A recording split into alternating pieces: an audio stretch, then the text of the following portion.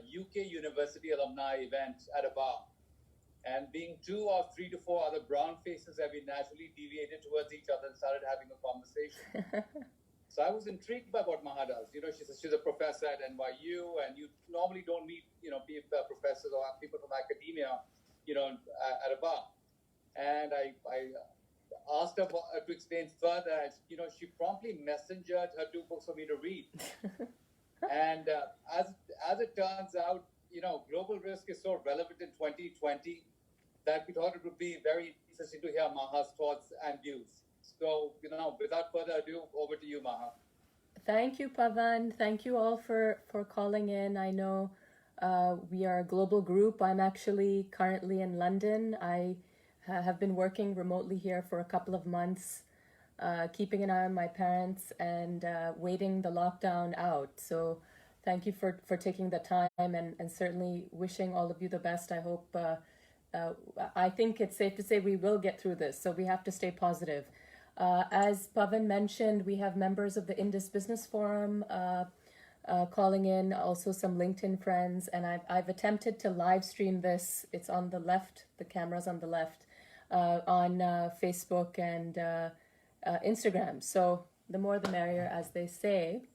I was actually in Cairo when the pandemic started to surface. I was doing one of my final book talks, this book, Future World Order, which I had shared with Pavan as well. And so naturally, in the last few months, we've had a lot of time for reflection. And given my work in global risk, which is basically the threats to our stability, what could go wrong, what is going wrong now, it seemed like an appropriate topic for all of us to sit and chat about. My work in global risk dates back to 2012. I have been teaching and researching this topic with my NYU grad students, some of the best and brightest, I might add, at NYU in the MA International Relations program, and I also teach it with high school students through a group called Pioneer Academics. I also have spent a lot of years working with governments and corporates to help them understand global risks so they can make better decisions.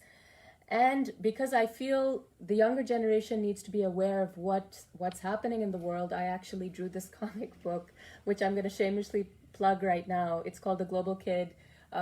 Future World Order and The Global Kid are both on Amazon, and I drew this to teach kids about global risk.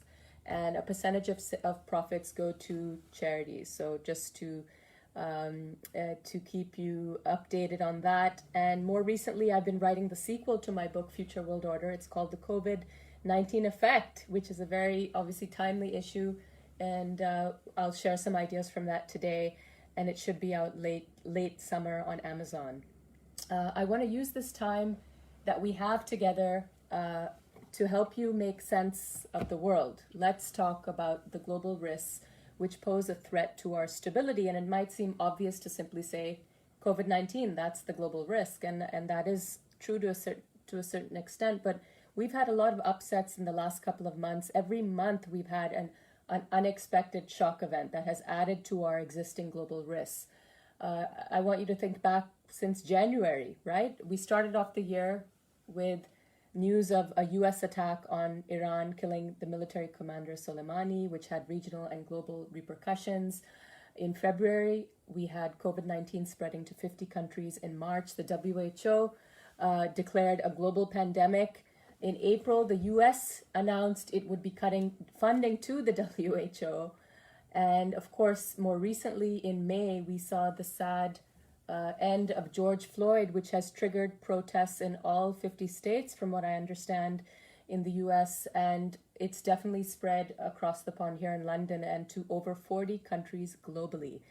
In the middle of a pandemic, people are on the streets protesting about such a sensitive issue like identity. And we have to wonder what could be next. What will June bring in terms of unexpected shock events and global risks?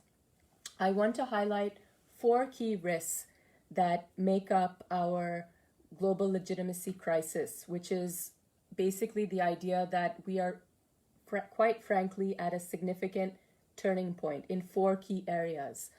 which I'll talk about. And this is effectively our global risk, which we need to think about quite carefully, because there's potential for it to lead to a global spring, not Arab Spring, not Latin Spring, but a global spring during or after whenever COVID-19 wraps up. I'm not going to emphasize the more obvious risks that we frankly talk about every year, the tech wars, the major issue of the climate crisis, Middle East turmoil. There are sensitive countries to watch like Venezuela, Yemen, Afghanistan. Those are still there. But I think this is a good time to reflect on where we were pre-pandemic, where we are today, and where we could be headed. What can we do to overcome these global risks? I think, if anything, the pandemic has given us time, like I said earlier, to reflect on what are we doing wrong. There is a lot that we can fix. So let's think big picture about the world today. There are 4 global risks I want to highlight. They relate to geopolitics, politics, the economy, and society. So first, I'm going to talk about geopolitics, and then I'll take it step by step, and afterwards we'll open it up to questions. For those of you who are on Zoom, please feel free to raise your hand afterwards, and we can have a dialogue about it. So first of all, geopolitical risk. The key question that we are wrestling with still is who's in charge of the world order. I want you to think back before COVID-19, and even in previous years. The reality is academics, analysts, policymakers have been debating the decline of U.S. hegemony for at least a decade. And we can't deny the current rhetoric of President Donald Trump emphasizing how the U.S. is not responsible for the world anymore. The question is, what is it? What is the structure of the world order? There's been a lot of speculation that, of course, the world is more multipolar. Okay, that's appropriate, I suppose. But then we also tend to highlight the U.S.-China dynamic, that China is trying to take a global role. Soon after President Trump's soon after he took office, China declared it was the de facto leader of globalization. After that, we also saw France trying to grow its influence in terms of promoting soft power, promoting democracy. Russia has focused on hybrid warfare, and so on. At the very least, we can agree the world is more multipolar, but it's still not clear who's in charge. Then the pandemic happened. I think the pandemic is a stark reminder that the post-Cold War era, driven by US-led multilateralism, is definitively over. Okay, it's frankly looking like a joke to talk about multilateralism. Yes, the G20, G7 officials did meet virtually. There is a plan for a G7 meeting in September, where President Trump has insisted that other countries be involved. Let's see. But the ability of a global state-led community to come up with a unified response to the pandemic has been severely lacking. We've seen that a few countries, excluding the US, have talked about developing a vaccine together. I believe they fundraised $8 billion for that. But I think what we are seeing in this COVID-19 period is a reminder that we don't have global leadership, and that there is a unique form of bilateralism that is emerging to fill that leadership void globally. I termed it COVID-19 bilateralism because there are so many examples of states using COVID-19 diplomacy to build or renew strategic links. There's obviously been a lot of coverage about China, how China is taking a greater global role because of its COVID-19 or mass diplomacy. They've taken the lead on sending medical support. But if you dig deeper, Turkey has sent, I believe, supplies to over 40 countries in the last few weeks. South Korea, India, Cuba, they have all stepped up their efforts. And it's not clear how this era or this rise of COVID-19 bilateralism is going to necessarily reshape the world order. Will it go back to multilateralism when the pandemic is over? At the moment, it's very hard to say. but I think this is what we need to watch. And if you factor in that there will likely be a competition over the vaccine, there's in a world without global leadership, geopolitical risk is something we cannot ignore. Another interesting trend related to this has to do with the rise of non-state actors. We can't deny that tech billionaires in particular have been a lot more visible during the pandemic. They have directly offered medical support to world leaders, people like Jack Ma, Adrian Cheng, Bill Gates, even Elon Musk. And it's, again, this is a unique form of COVID-19 bilateralism that seems to involve both certain state actors and non-state actors, the billionaire. How will this reshape geopolitics? The fact that we don't know is adding to our global risk in the geopolitical space. I don't want to be too negative. I also want to point the direction of where we could be headed, or what strategies we might reflect on or build on to overcome COVID-19, or what we might desire in a post-COVID-19 world. If multilateral organizations like the G7 body are looking antiquated, perhaps it's time for a new type of G7-like advisory body. For instance, one led by world leaders who have beat COVID-19 or handled COVID-19 in a way that, frankly, outshines other countries. The leaders of New Zealand, Finland, Denmark, Iceland, even Germany are good examples. It just so happens all these countries happen to be led by women. So maybe there's a need for a global body of world leaders who are female to be providing global leadership so that there's less uncertainty. Or perhaps we need to think about a more defined role for the activist billionaire, although they do face a backlash. The reality is they do recurrently try to fill the policy gap, and that has become more apparent during COVID-19. So the world order is evolving whether we like it or not. So let's get ahead of it and prepare and think more about how we want to answer this question of who's in charge of the world order. Second, I think we need to reflect on the political risk that has been building in most parts of the world. There were times in the last few years where it seemed as though it didn't matter if it was a democratic country or a non-democratic country. Citizens were angry. Citizens, often armed with tech, were challenging their leaders and their political systems and government policies in unprecedented ways. You could reflect on 2019 and think that could be labeled the year of the protester. And in fact, my students and I do an annual project predicting global risks, and we had predicted a global spring for 2020, not realizing that the pandemic was going to appear. But we have to really think about whether the government structures that are in place in most countries, whether they are delivering the public goods. Do these systems have the legitimacy to provide for citizens in a 21st century context? Is democracy still the best system? We assumed it was because the post-Cold War era, the U.S. had the legitimacy to declare that was the best system. But a lot has changed since the start of the post-Cold War era. I ask, is democracy still the best system? We're going to be struggling with that question for a while longer, I think. And especially in a COVID-19 world, we see that citizens have expressed their frustration about the measures that governments have taken.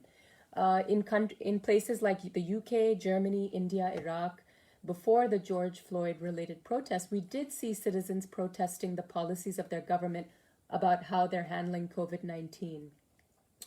I think we should look for more citizens questioning government policy surrounding COVID-19 in the coming months. Again, we could be headed for a more global-oriented spring, protests around the world. We've also seen already that some countries have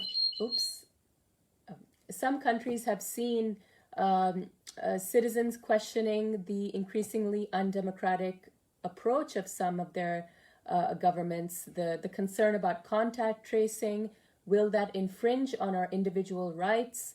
In other parts of the world, like Hungary and the Philippines, leaders that were already leaning towards autocratic behavior have seized this opportunity to be more anti-democratic. And I think that trend will continue, and we'll also start to see, as this legitimacy crisis in the political space grows, more criminal and terrorist and other non-state groups trying to benefit. Already we see it in places like Italy and Afghanistan.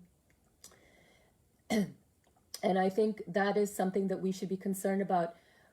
But again, I have to go back to this idea that we've seen the rise of non-state actors filling the gap, in this case, the gap left by certain governments. Again, activist billionaires are trying to help the situation with medically focused support, policy suggestion in places like the US, Nigeria, Zimbabwe. In a way, the COVID-19 pandemic may be an opportunity for us to rethink whether our current political structures are working. And again, dare I say, if there's a need for a more defined role for the billionaire that seems to recurrently come to our rescue, even if, of course, there is a backlash to many, in terms of the role that they have played. If we look to the future and to a more positive outcome, I think that we need to also think about whether the COVID-19 is a good time to start to reflect on whether we need a new social contract, that sensitive relationship between citizen and government. Is there a role also for the billionaire in that social contract and the tech firm, given that the incredible influence they already have on our lives? Another suggestion that I go into in my book, COVID-19 Effect, is whether we need a dedicated minister or government official, the COVID-19 minister, to deal with the ongoing consequences of the pandemic. Or if we simply need more female leaders to be guiding us, because they seem to have dealt with the pandemic better, just empirically speaking. Okay, so that's risk number 2, political risk, which was already rising before the COVID-19 pandemic and has gotten worse at the moment. Thirdly, economic risk. I think we're all aware that, globalization has been under threat for many years. Dating back to 1999, citizens protested around the world against globalization because they felt it was increasing inequality. Related to that, and in more recent years, we've seen a state-level alternative in terms of populism, economic nationalism. That debate continues. But I think we also witnessed that there were a lot of warning signs, again, coming from a lot of tech billionaires and tech firms, that the next 10 years were already going to be pretty bad, because 40% of us were going to lose our jobs, according to experts, because of automation, because of robots. And according to Jack Ma, just to quote him, he predicted that we would have more pain than happiness in the next 30 years because of automation and losing jobs. Well, now then COVID-19 struck, and as we all know, the major concern is that we're headed for the worst recession since the Great Depression. As the IMF has said, we have rising levels of unemployment. So for a brief period, I actually felt that governments had an opportunity to regain legitimacy, because they continue to offer massive relief packages to help the newly unemployed, small businesses and others. The problem is that the reality is there will be people who feel they've been left behind. And there's a term that I always highlight, coined by economist Guy Standing. He talks about how the world has already seen, because of globalization, that there are more precariats. These are a global class of people with, they basically feel left behind. They don't have a occupational identity. They've jumped from one temporary job to another. They don't have an occupational narrative to give to their lives, to quote his book. In recent years, we had a global youth unemployment crisis that perhaps saw more precariats emerge, plus the ones left behind by globalization, plus the ones who were on track to be jobless due to automation. now we have the COVID-19 pandemic, and naturally more people who are going to be unemployed. And I think we're not devoting enough energy to discussing the mental health crisis that will come from this sensitivity around finding employment. And I think if we look to the future, to a more positive future, it may be time to think about more women in the workforce. That would definitely boost the global economy. I've talked a lot in my past book about how we need to redesign the moral economy. What are our expectations of our governments in terms of the basic minimum that we deserve? There's also ideas from people like Kai-Fu Lee in his book AI Superpowers that talks about this idea that since many of us will lose employment or have to evolve with the changing tech economy, that we may need to rethink our relationship with work. And I think that may be on the horizon earlier than we expected because of the COVID-19 effect on the global economy. Lastly, I want to talk about the social risk that, again, we were dealing with before COVID-19 and we're dealing with now during the pandemic. We've been wrestling with this key question: are we globalists or are we nationalists? Do we care about the other? In recent years, it felt as though we were being told by governments or by certain groups that we had to pick a side. We had no option to be both. And it was obvious, there's so many examples where you see reports about hate groups that have attacked migrants, they've attacked refugees in all continents, and particularly targeting religious minorities. We've also seen the evolution of extremism. Whereas we started with Islamist extremism, we've now seen Hindu extremism, Buddhist extremism, far-right extremism in many parts of the world, and with no real counter-narrative to this hate speech. Then we had COVID-19. Again, the pandemic has deepened these existing societal strains and created new ones against the other. During the early weeks and months of the pandemic, there were a lot of examples of minority groups being targeted, for instance, in India, in Malaysia, in terms of Muslims and Rohingya refugees, respectively. We've also seen a lot of reports about a backlash against East Asians globally, and this resurgence in anti-immigrant and xenophobic rhetoric from certain political parties in Europe.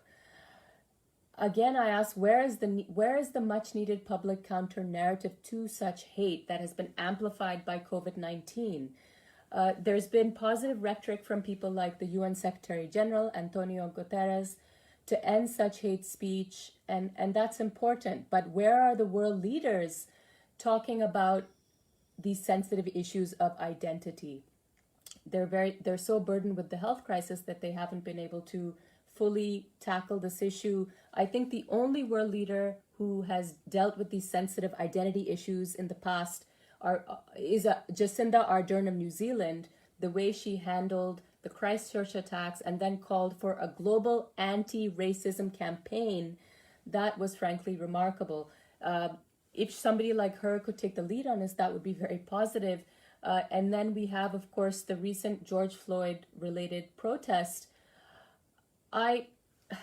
It's obviously a very sensitive issue, and it sparked a global reaction, which I must admit, I was not expecting in the middle of a global pandemic. And I wonder, I was speculating with some students that if this attack on George Floyd happened and was spread online before the pandemic, would we still have seen such a global reaction?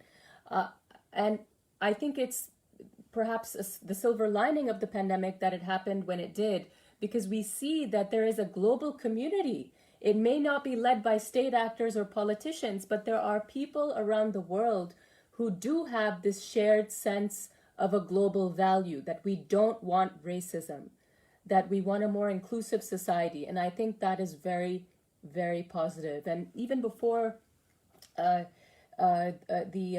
protests, the race-related protests, we did see a citizen movement or a few citizen movements concerning COVID-19 and how we all have this shared global value. We want to live. And we saw groups like Global Citizen launch campaigns. The most recent campaign is called Global Goal, Unite for Our Future. Another movement that has just emerged to promote global interdependence. And again, a global community is called One Shared World. So whether such efforts can really be sustained and necessarily counter the negative identity-related issues that have come up is a separate issue. But I think this is a step in the right direction. And if we could only figure out a way to sustain the current sentiment and use it to promote positive social change, we'll just have to wait and see. But this is how I see the world today. We're, again, just to quickly recap before we open up to questions, we are struggling with the fact that we don't really know who's in charge of the world order. That creates negative opportunity for certain actors. Second, we're not really clear about whether democracy is still the best system or whether our governments, as they exist today, are necessarily able to look after us. Thirdly, the concern about whether globalization can withstand economic nationalism and whether we are going to cope with the rise in unemployment. And lastly, are we globalists or are we nationalists? Do we care about the other? That is something that is a key question that we will have to consider. So I'm going to wrap it up there because I think it would be nice to open it up to questions. Thank you, Mama. That was very, very interesting. So thanks for that description of what you feel are the COVID-19 risks. So if anyone has any questions, they can